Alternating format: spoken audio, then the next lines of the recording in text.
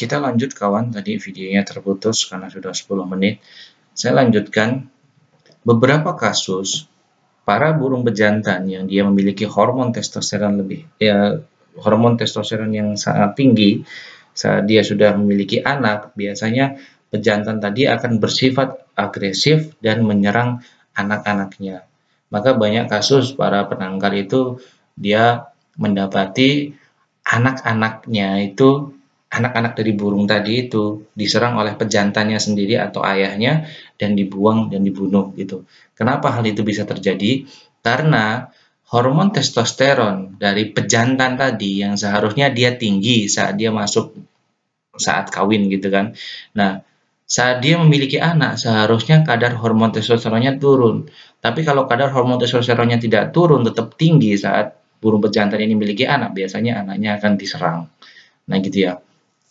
Ini pembahasan masalah hormon testosteron.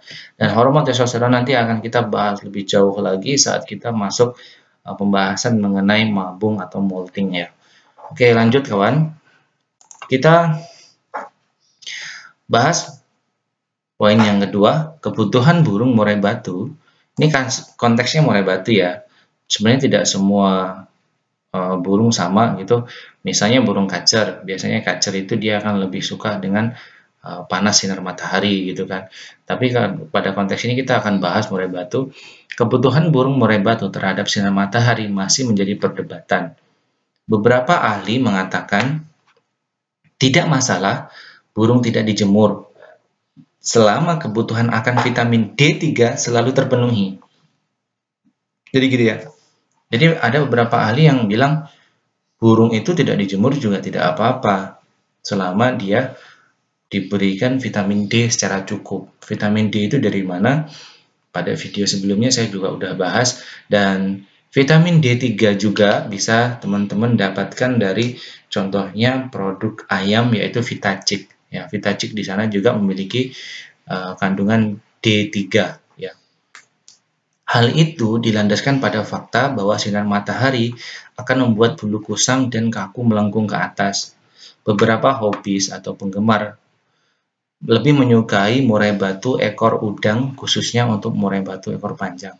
Nah, kenapa banyak penggemar yang dia itu tidak suka menjemur burungnya? Karena kita ketahui juga selain memang sinar matahari itu bisa memberikan efek yang bagus untuk kesehatan bulunya, tapi penjemuran yang dalam durasi lama dan terus-menerus itu biasanya akan memberikan efek bulu itu menjadi kusam dan biasanya ekor akan menjadi melengkung ke atas.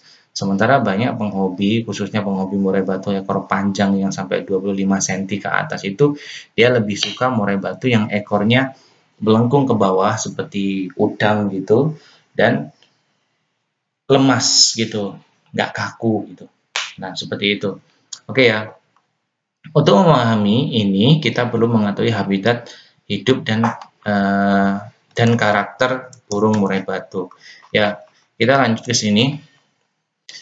Anatomi murai batu identik dengan ekor panjang. Kita tahu semua ya kan, murai batu itu adalah salah satu burung yang ekornya itu panjang, dan pada umumnya burung berekor panjang memiliki habitat hidup di hutan dalam dan bersemak lebat.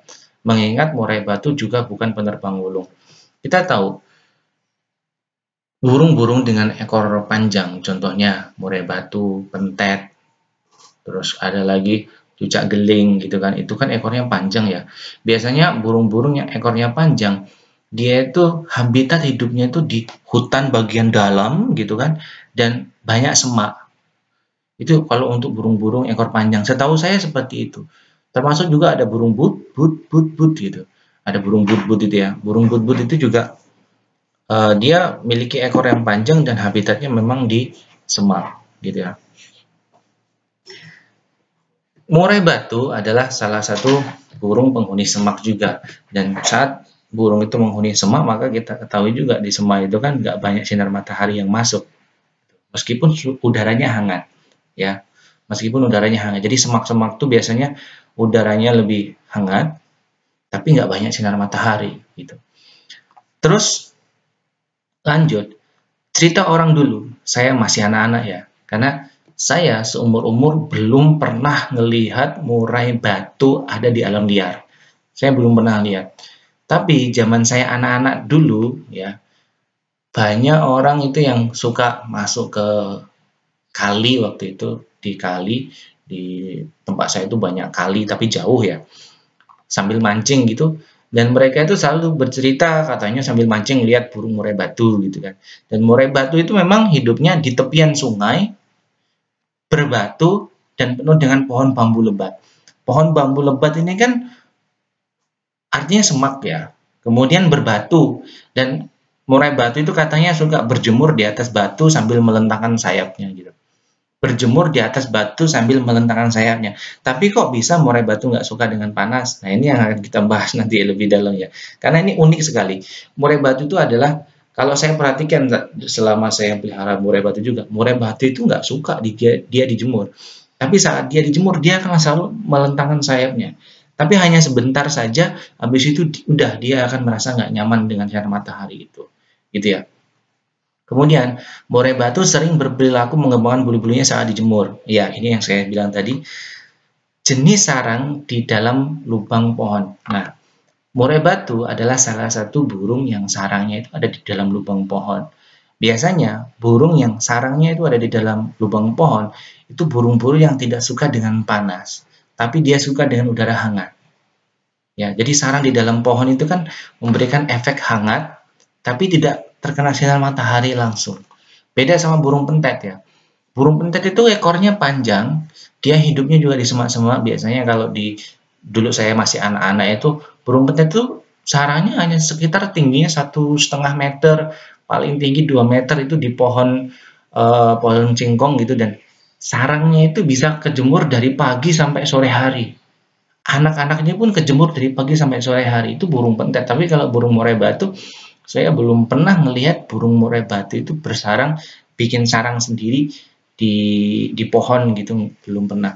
Makanya kalau banyak penghobi itu kan selalu menyediakan sarang burung murai batu ini di dalam glodok gitu kan, biar burung murai batunya nanti masuk. Kalau saya lihat di YouTube juga, kalau burung murai batu di alam liar, yang saya lihat di YouTube, dia akan bersarang di sela-sela pohon atau di lubang-lubang pohon. Nah, gitu ya. Itu memberikan tanda bahwa memang murai batu itu tidak suka dengan sinar matahari yang terlalu lama. Dari perilaku dan anatomi burung dapat diprediksi bahwa burung murai batu adalah burung yang tidak membutuhkan banyak sinar matahari. Akan tetapi, bagaimanapun juga makhluk hidup tetap membutuhkan sinar matahari untuk hidup. Sehingga untuk menjaga kesehatan burung, perawat tetap perlu menjemur burung tapi tidak terlalu lama. Nah, kapan waktu menjemur burung yang baik? Yaitu pertama, mengembunkan burung pukul 5 pagi ya. Jadi burung bisa diembunkan pukul 5 pagi atau pukul setengah 6 gitu. Sebelum burung-burung yang lain udah bangun, kita udah keluarkan burung murai batu kita, atau sebelum subuh atau pas kita pulang dari sholat subuh gitu kan. Kemudian membiarkan burung menyambut matahari terbit dan menunda pengangkatan antara 15-30 menit. Jadi misalnya matahari terbit itu pukul 6.15 ya, oleh tempat saya itu pukul 6.15 matahari itu terbit ya. Saya biarkan burung saya itu menyambut matahari terbit, dan saya biarkan terus sampai sekitar pukul 7. Jadi kalau 6.15 dia ketemu matahari terbit, mulai panasnya kan, mulai kerasa hangatnya pukul setengah 7. Nah, nanti burung saya angkat pukul 7. Jadi saya menganggap penjemuran itu selama 30 menit. Dan waktu paling ideal untuk menjaga kesehatan burung dan menjaga penampilan burung. Nah, jadi 30 menit ini adalah waktu paling ideal. Kalau kurang dari ini ya tentu burung kurang sinar matahari. Kalau lebih dari ini, tentu burung akan kebanyakan sinar matahari yang memberikan efek bulunya akan kusam. Jadi itu teman-teman ya, pembahasan masalah sinar matahari. Bagi yang ingin menambahkan, bisa teman-teman masukkan di kolom komentar. Terima kasih. Assalamualaikum warahmatullahi wabarakatuh.